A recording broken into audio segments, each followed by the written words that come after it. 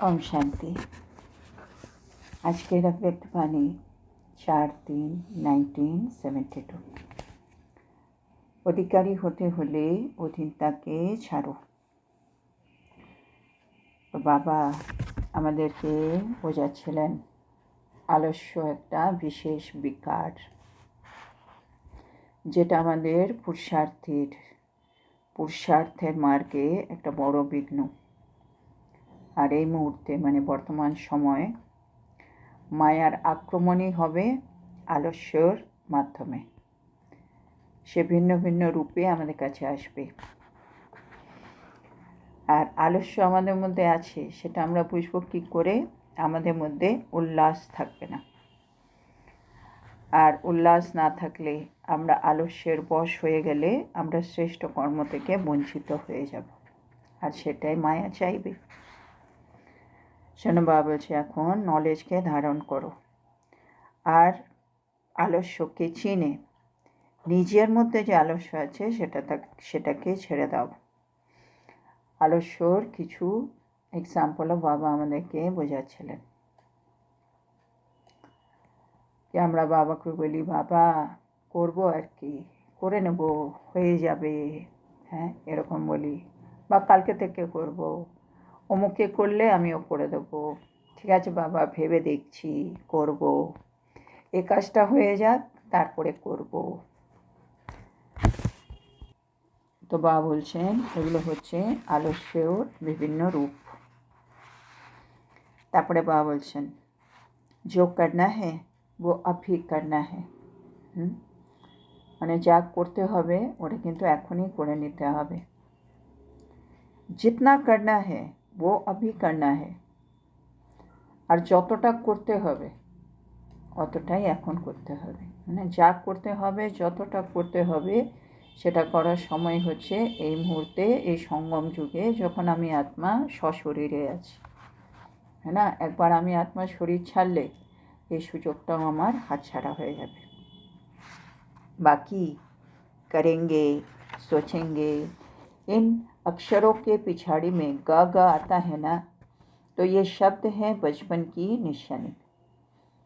बाबले जे আমরা বলি বাবা करेंगे देखेंगे, বাবা যে সব শব্দের পেছনে গগ আসে, একইভাবে যখন আমরা বাংলায় বলবো বলে করবো বাবা, ভাববো বাবা, দেখবো, তো যেসব শব্দের পেছনে বো বো আসছে, না ভাববো, দেখবো, করবো, বা বলছে এই শব্দগুলোর মানেই হচ্ছে আমি আত্মা এখনও ছোট শিশু। এগুলো হচ্ছে শৈশবের লক্ষণ। ছোটা বাচ্চা গ গ করতে रहता है। ছোট বাচ্চারাই সবসময় এই বো বো করতে থাকে। কিরে পড়তে বস, বসছি, বসবো, দেখবো, করে নেব, ওরা সবসময় এরকম লাগায় ছোট বাচ্চারা। সাথে সাথে করে না, একটু টাইম নেবে। আমরা তো ছোট শিশু নয়, তো সেটা বাবা আমাদেরকে বোঝাতে চাইছে। তো বাবা বলছে ये अलबेलेपन की निशानी है। तो बाबा বলছে এটা হচ্ছে अलबेलापन এর লক্ষণ। इसलिए कभी आलस्य का रूप अपने पास आने न देना। সেজন্য কখনো আলস্যকে নিজের কাছে আসতে দিও না। और सदा अपने को उल्लास में रखना। আর সব সময় নিজেকে উৎসাহ, উদ্দীপনা, উল্লাসে ভরে রাখবে। তো আমাদেরকে দুটো কাজই করতে হচ্ছে। একটা হচ্ছে আলস্যকে চিনে নেওয়া, কি আমার পুরুষার্থের মধ্যে কখন আলস্যটা আমার উপরে আক্রমণ করে। সব সময় হয় না, কিন্তু কখন কখন হচ্ছে। আর সেই মুহূর্তে নিজেকে উল্লাস, উৎসাহ, উদ্দীপনায় ভরে রাখা। क्योंकि निमित्त बनते हो ना। আর তোমরা এটা করবে কেন? তোমরা হলো নিমিত্ত আত্মা, না? আমরা বাবা আমাদেরকে নিমিত্ত আত্মা বেছে নিয়েছে। আমি পরিবর্তন হয়ে, আমি বাবার হয়ে, আমি অন্য আত্মাদেরকেও বাবার সাথে মিলন করাবো। শোনো, আমি নিমিত্ত আত্মা। আমরা সকলেই যে যেখানে আছি সেই জায়গার জন্য আমরা কিন্তু নিমিত্ত আত্মা। আমার আশেপাশে আমাদের বন্ধু বান্ধব, আমরা যদি চাকরি করি, ব্যবসা করি, সেখানের যারা পরিচিতি, বা আমাদের ঘরে যারা আছে তারা জ্ঞানে কী করে আসবে, তারা বাবাকে কী করে চিনবে? আমাদের মাধ্যমে। সেজন্য আমরা প্রত্যেকেই হচ্ছে নিমিত্ত আত্মা। তো বয়সন্য বলছে তোমাদের মধ্যে আলস্য থাকা উচিত না, সবসময় নিজেকে উদ্দীপনায় ভরে রাখো। निमित्त बने हुए सदैव पुरुषार्थ के उल्लास में रहते हैं, तो उन्हें देख और भी उल्लास में रहते हैं। বলছে যারা নিমিত্ত আত্মা তারা যখন সব সময় পুরুষার্থের মধ্যে উৎসাহে থাকবে, তখন তাদেরকে দেখে অন্যরাও কিন্তু উল্লাস উদ্দীপনায় চলে আসবে। হ্যাঁ না? আমরা জ্ঞানে চলছি, সবাই দেখবে বাবা ওরা ডেইলি 3টের সময় ওঠে, ডেইলি অমৃতবেলা করে, বাবা ডেইলি মুরলি পড়ে, তারা সবসময় শান্ত থাকে।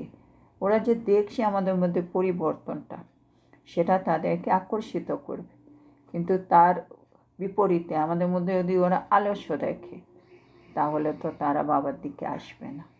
সেজন্য বাবা মনে করাচ্ছে আমরা হচ্ছি নিমিত্ত আত্মা।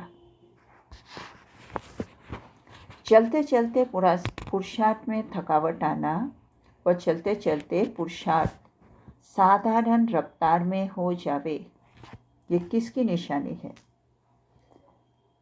বাবা এবার আমাদেরকে বলছে ভাবতে, প্রশ্ন করছেন। আমরা চলতে ফিরতে পুরুষার্থের মধ্যে ক্লান্তি অনুভব করি, বা চলতে চলতে পুরুষার্থ আমাদের সাধারণ রীতিতে পৌঁছে যায়। এটা কিসের লক্ষণ? है ना? মাঝে মাঝে পুরুষার্থ করতে হয়তো বাবা ডেলি ডেলি সকালে ওঠো, ডেলি এই করো, ডেলি ওই করো, বা ডেলি এরকম নিজে রান্না করে খাও, বাইরে খেতে পারছি না, ডেলি মানে আমরা যে কিছু কিছু নিয়ম রেগুলার করতে করতে একটা সময় ক্লান্তি আসে, যখন আমরা দেখি আমাদের আশেপাশের আত্মারা মানে এরকম এগুলো না করে বেশ ভালোই তো আছে, তো তখন ক্লান্তি অনুভব করি, বা আমরা এবার একটু হালকা হয়ে যাই, মানে সাধারণ হয়ে যাই। আগে যত আমি তীব্রতা দিয়ে পুরুষার্থ করছিলাম, ওগুলো এখন একটু স্লো হয়ে যায়। আগে যত যোগযুক্ত থাকতাম, এখন যোগযুক্ত থাকছে না। আগে যত আমার বাণী যতটা জ্ঞানযুক্ত শুভভাবনা শুভকামনা থাকতো, হয়তো এখন তার মধ্যে কিছু কিছু সাধারণতা চলে এসছে। তো বাবা বলছে এগুলো কেন হচ্ছে, কিসের লক্ষণ এগুলো? विघ्न ना हो लेकिन लगन भी श्रेष्ठ ना हो, तो उसको आलस्य ही कहेंगे ना। এবার আলস্যর বাবা একটা ডেফিনেশন দিচ্ছে। আমার জীবনে বিঘ্ন নেই, কিন্তু লগনও কিন্তু শ্রেষ্ঠ নয়। লগন মানে আমার ফোকাস, একাগ্রতা। আমি যে আমার লক্ষ্যের দিকে এগিয়ে যাচ্ছি, চলছে, সবই করছি, সারাদিনে আমি সীমতেই চলছি, কিন্তু তার মধ্যে সেই একাগ্রতাটা নেই। মানে আমি ভালোবাসি সেজন্য যে এনার্জি নিয়ে করব, সেটা মিসিং। যদিও আমার জীবনে কোনো বিঘ্নও নেই, সব পারি, কিন্তু তবুও করছি না। মানে যেটাকে বলে মানে মানে কাম চালাও, মানে করতে হয় বলে করছি, বা বলে নেমিনাথ, তো ওরকম অবস্থায় আছি। তাহলে বাবা বলছে এটা কী? এটাকেই বাবা বলছে আলস্য বলা হয়। মানে আমি করতে পারি কিন্তু করছি না ওইভাবে। कई ऐसे अनुभव करते हैं विघ्न भी नहीं है, ठीक भी चल रहे हैं, लेकिन लगन भी नहीं है, अर्थात उल्लास व विशेष कोई उमंग नहीं है।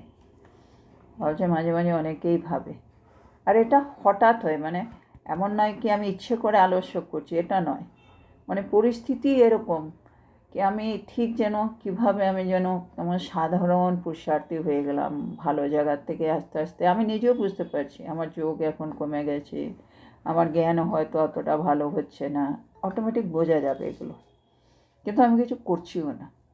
তার মানে আলস্যরূপী বিকার আমাকে বশীভূত করে ফেলেছে।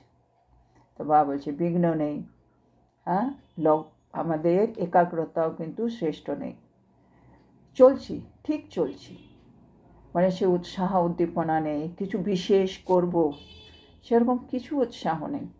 তার মানেই হচ্ছে আমরা आलस्येर বশীভূত। आलस्य भी अनेक प्रकार के हैं, আর আলস্য কিন্তু বাবা বলে অনেক রকমের হয়। সেজন্য আলস্যকে বাবা বলেছেন এর মধ্যে চিনতে, ভালো করে চেনো, মানে আমার জীবনে কোনটা আলস্য, আলস্য রূপটা কীরকম।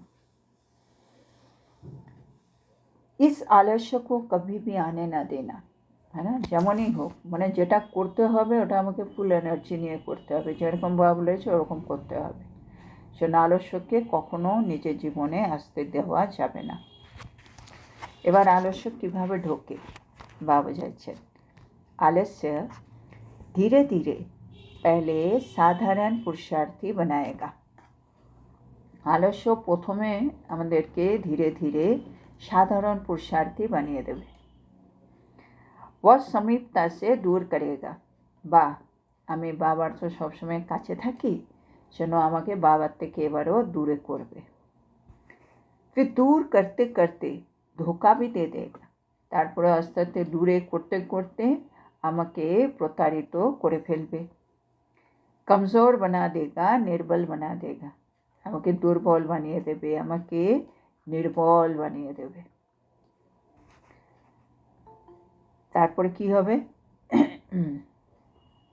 निर्बल व कमज़ोर बनने से कमियों की प्रवेशता शुरू हो जाती।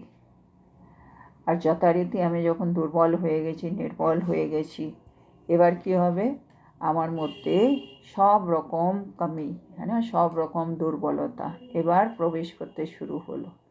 মানে যেসব বিকারগুলোকে আমি ছেড়ে দিচ্ছি, আমি রেগে যাচ্ছি, আমি হিংসা করছি, আমি টেনশনে থাকছি, এগুলো যেগুলো আমি অলরেডি ছেড়ে দিয়েছিলাম, এগুলো এবার আবার ঢুকতে শুরু হলো আমার মধ্যে। কেন? এবার আমি দুর্বল হয়ে গেছি, নির্বল হয়ে বসে আছি। কেন? আমি বাবার থেকে দূরে হয়ে গেছি, সেই জন্য। তো এটাই মায়া চাইছিল। इसीलिए सदैव ये चेक करना, সেজন্য আমাদের চেকিং পয়েন্ট। मेरी बुद्धि की लगन बाप व बाप के कर्तव्य से थोड़ी भी दूर तो नहीं है, बिल्कुल समीप या साथ साथ है। এটা হচ্ছে চেকিং। আমি কি করে বুঝবো সত্যি আমার মধ্যে আলস্য ঢুকে গেছে কিনা?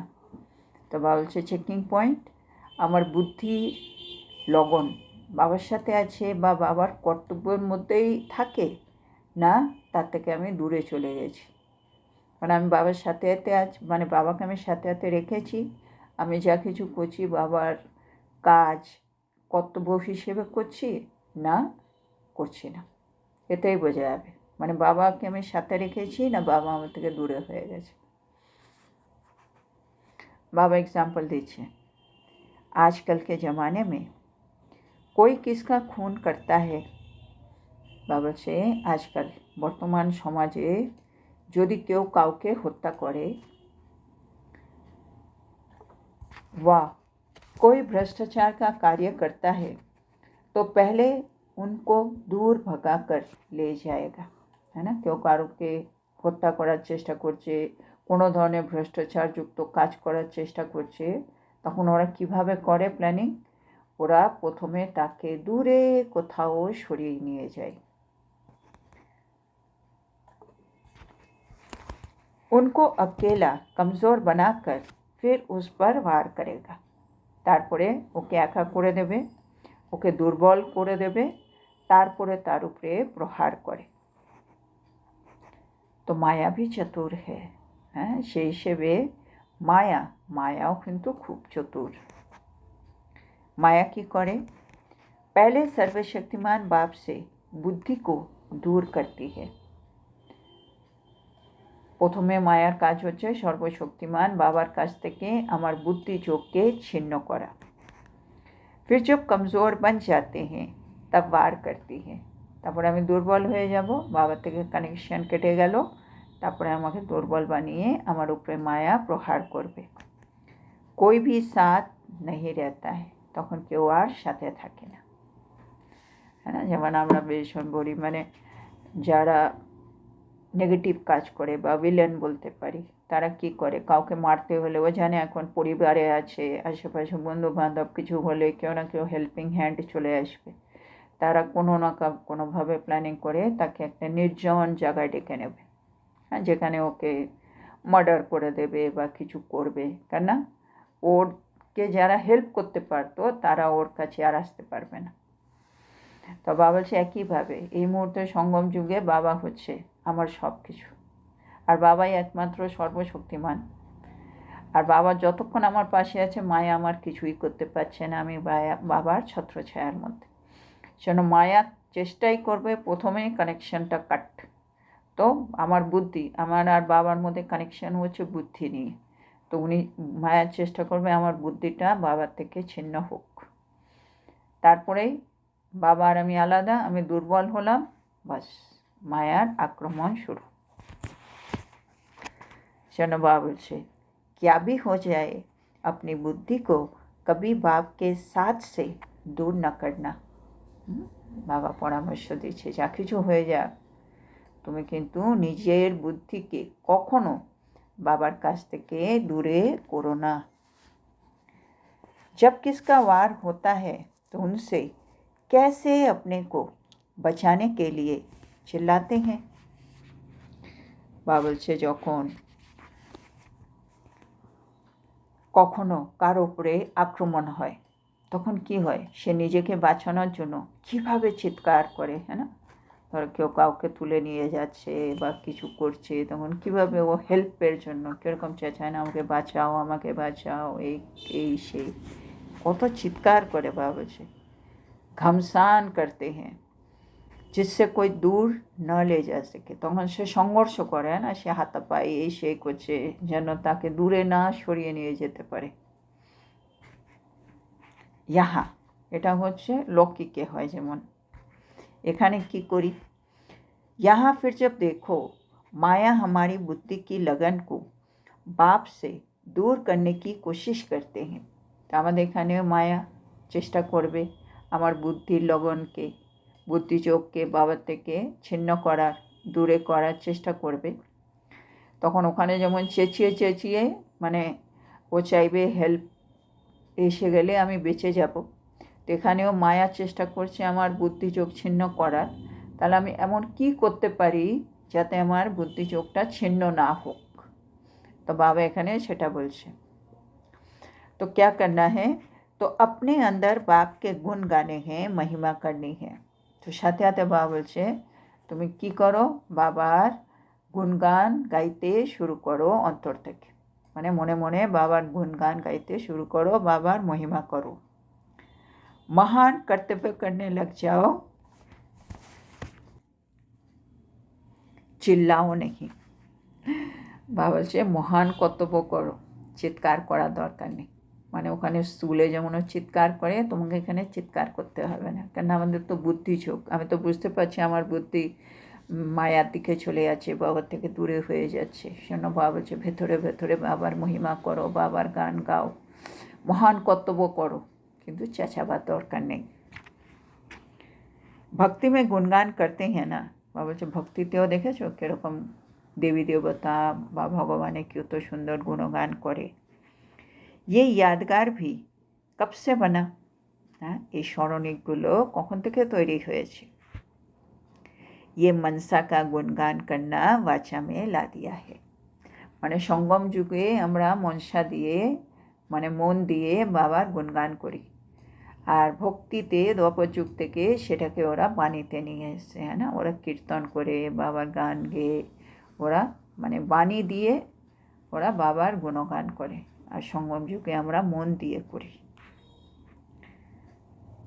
যথার্থ রীতি সে গুণগান তো আপই কর সকতে হো না, যথার্থ রীতি দিয়ে গুণগান একমাত্র তোমরাই করতে পারবে, কেন আমরা বাবাকে যথার্থ চিনি, আর সঙ্গম যুগই হচ্ছে এই সময় যখন বাবা আসেন, জন্য আমরা যথার্থ রীতি গুণগান করতে পারি। अब यथार्थ रूप में मनसा संकल्प से स्मृति स्वरूप में गुणगान करते हो और भक्ति में स्थूलता में आते हैं तो मुख से गाने लग पड़ते हैं। বাবা বলছে এখন আমরা যথার্থ রূপে মনসা সংকল্প দিয়ে স্মৃতি স্বরূপ দিয়ে গুণগান করি সঙ্গম যুগে, আর ভক্তিতে সেটাকেই স্থূল রূপে নিয়ে আসে, সেজন্য তারা মুখের দ্বারা গায়ন শুরু করে। सभी रीति रस्म शुरू तो यहाँ से होती है ना, तो बाबा बोले ভক্তির সমস্ত রীতিনীতি সূত্রপাত কিন্তু এই সঙ্গম যুগ থেকেই। তো গুণগান করতে লাগ যাও। তো যখনই আমি দেখব আমি আত্মা বাবার থেকে দূরে হয়ে যাচ্ছি, তার মানে মায়া এসে গেছে, তখনই বাবা বলছে গুণগান করা শুরু করো। अपने को अधिकारी समझ सर्व शक्तियों को काम में लाओ। হ্যাঁ, মানে যখন ওকে ধরো কাউকে তুলে নিয়ে যাচ্ছে তখন সে কী করে, সংঘর্ষ করে, বাবা বললেন না। একইভাবে যখন আমি দেখছি কেমন মন বুদ্ধি বারে বারে ব্যক্তে চলে যাচ্ছে, পুরানো দুনিয়ার দিকে চলে যাচ্ছে, তার মানে মায়া পুরো নিজের দিকে টেনে নিচ্ছে আমাকে, আমি কি করব? বাবা বলছে নিজেকে অধিকারী মনে করে সর্বশক্তি আছে আমার কাছে, সেগুলো কাজে লাগাও, कि আমাকে আবার যেন আমি বাবার দিকে চলে যাই। फिर कभी माया आपकी बुद्धि की लगन को दूर नहीं कर सकेगी। বাবা বলছে তারপর দেখবে মায়া কখনো আমাদের বুদ্ধির লগনকে দূরে নিয়ে যেতে পারবে না। তার মানে বাবা আমাদেরকে বলছে পুরোপুরি নিজের উপরে চেকিং রাখতে। যে মুহূর্তে আমার মনে হবে কি আমি বাবার থেকে দূরে চলে যাচ্ছি, সেই মুহূর্তেই যে কোনোভাবে সে বাবার গুণগান করে, বাবার মহিমা করে, বাবার কোনো সেবা করে, নিজেকে অধিকারী মনে করে সব শক্তি কাজে লাগিয়ে আমাকে আবার সেই বাবার কাছে ফিরে যেতে হবে। তো মায়াকে মানে চান্স দেওয়া যাবে না। तो ना दूर होंगे, ना कमज़ोर होंगे, ना हार खाएंगे, फिर सदा विजयी होंगे। তাহলে আমরা দূরেও যাব না, আমরা দুর্বলও হব না, আমরা পরাজিত হব না, আমরা সর্বদা বিজয়ী হব। তাহলে বাবা আজকে আমাদেরকে ভালো করে বুঝিয়ে দিলেন কিভাবে মায়াকে হারাতে হবে। तो ये स्लोगन याद रखना कि हम अनेक बार के विजयी हैं, अब भी विजयी बनकर ही दिखाएंगे। तो बाबा বলছে স্লোগানটা সর্বদা স্মরণে রেখো, আমরা অনেকবারের বিজয়ী আত্মা, পুনরায় বিজয়ী হয়ে দেখাবো। তো আজকে আমরা এখানেই থামব। তো আজকে বাবা আমাদেরকে বলেছেন আমাদের যা করতে হবে এখনই করে নিতে হবে, আমাদের যতটা করতে হবে এখনই করে নিতে হবে। বাকি এই যে আমরা বলি আমরা করব, দেখব, বা বলছে এই যে শব্দর পেছনে বো লাগাচ্ছ, সেগুলো এখন আর চলে না। সেগুলো হচ্ছে শৈশবের লক্ষণ। ছোট বাচ্চারা বো করে, এগুলো আলবিলাপনের লক্ষণ। তোমরা আলস্যকে নিজের কাছে আসতে দিও না, আর তার জন্য সবসময় নিজেকে উদ্দীপনায় রাখো। বা বলছে তোমরা নিমিত্ত আত্মা, তোমরা সর্বদা পুরুষার্থের উৎসাহে থাকবে, আর তোমাদেরকে দেখে অন্যরাও উদ্দীপনায় চলে আসবে। তারপরে বাবা বলছে চেক করো, চলতে ফিরতে তোমরা পুরুষার্থে কি ক্লান্তি অনুভব করো, বা তোমাদের পুরুষার্থকে সাধারণ রীতি হয়ে যায়। এর মেন কারণ হচ্ছে আলস্য। আলস্য ভিন্ন ভিন্ন প্রকারের হয়। সেন বাবা বলছে আলস্যকে নিজের কাছে আসতে দিও না। আলস্য প্রথমে আমাদেরকে সাধারণ পুরুষার্থী বানায়, তারপরে বাবার থেকে দূরে করে দেয়, তারপরে দূর হতে হতে প্রতারিত করে ফেলে, আমাদেরকে নির্বল বানিয়ে দেয়। তারপরে আস্তে আস্তে আমাদের মধ্যে সেই দুর্বলতা যেগুলো আমরা ছেড়ে দিয়েছিলাম ওগুলো আবার প্রবেশ করতে শুরু করে। তো বাবা বলছে চেক করো কি নিজের বুদ্ধি সবসময় বাবার সাথে আছে। তো বাবার সাথে আমাদের বুদ্ধি চোখ সবসময় থাকতে হবে, আর বাবার কর্তব্যে আমাকে নিজেকে সমর্পিত করে দিতে হবে। বাবা বলছে বর্তমান সময়ে দেখো, কেউ যখন কাউকে হত্যা করতে চায় তখন প্রথমে তাকে দূরে নিয়ে যায়, তারপরে তাকে একা বানিয়ে দেয়, তারপরে তাকে দুর্বল বানিয়ে তার উপরে প্রহার করে। একইভাবে মায়াও খুব চতুর, ও জানে আমরা যদি সর্বশক্তিমান বাবার কাছে থাকি ও কিছুই করতে পারবে না। সেই জন্য মায়া সর্বশক্তিমান বাবার থেকে আমাদের বুদ্ধি যোগ প্রথমে ছিন্ন করবে, তারপরে আমাদেরকে দুর্বল বানাবে, তারপরে আমাদের প্রহার করবে, কেন তখন আমাদের সাথে আর কেউ থাকবে না। সেজন্য বাবা আমাদেরকে বলছেন যা কিছু হয়ে যাক, নিজের বুদ্ধিকে কখনো বাবার কাছ থেকে দূরে রাখা যাবে না। তারপরে বাবা বলছেন যেমন যখন কারো উপরে কোনো আক্রমণ হয় তখন সে নিজেকে বাঁচানোর জন্য কিভাবে চিৎকার করতে থাকে, সংঘর্ষ করে, যেন তাকে দূরে নিয়ে যেতে না পারে। একইভাবে আমরা যদি দেখি আমাদের বুদ্ধি বাবার থেকে দূরে চলে যাচ্ছে বা মায়ার চেষ্টা করছে আমার বুদ্ধিকে দূরে নিয়ে যাওয়ার, তখন বাবা বলছে আমরা কি করব? আমরা অন্তর থেকে বাবার গুণগান গাইতে শুরু করব, বাবার মহিমা করতে শুরু করব, আমরা মহান কর্তব্য করতে থাকব। আমরা চিৎকার করব না, চিৎকার ভক্তরা করে। আমরা মন সাথে বাবার গুণগান করব, আর ভক্তিতে সেগুলোই হয়ে যাবে মুখের দ্বারা গুণগান করা। তো বাবা বলছে নিজেকে অধিকারী মনে করো, সর্বশক্তিকে কাজে লাগাও। মায়াকে কখনো নিজের বুদ্ধি বাবার কাছ থেকে সরাতে দেওয়া যাবে না। যেন সবসময় মনে রাখতে হবে, না আমরা দূরে যাব, না আমরা দুর্বল হব, না আমরা পরাজিত হব, আমরা তো সর্বদা বিজয়ী হব। তো বাবা বলছে এই স্লোগান সবসময় স্মরণে রেখো, আমরা অনেকবারের বিজয়ী আত্মা, পুনরায় বিজয়ী হয়ে দেখাবই। তো আজকের এত সুন্দর শিক্ষার জন্য আমরা আমাদের প্রিয় শিব বাবাকে বলবো ধন্যবাদ বাবা, ধন্যবাদ।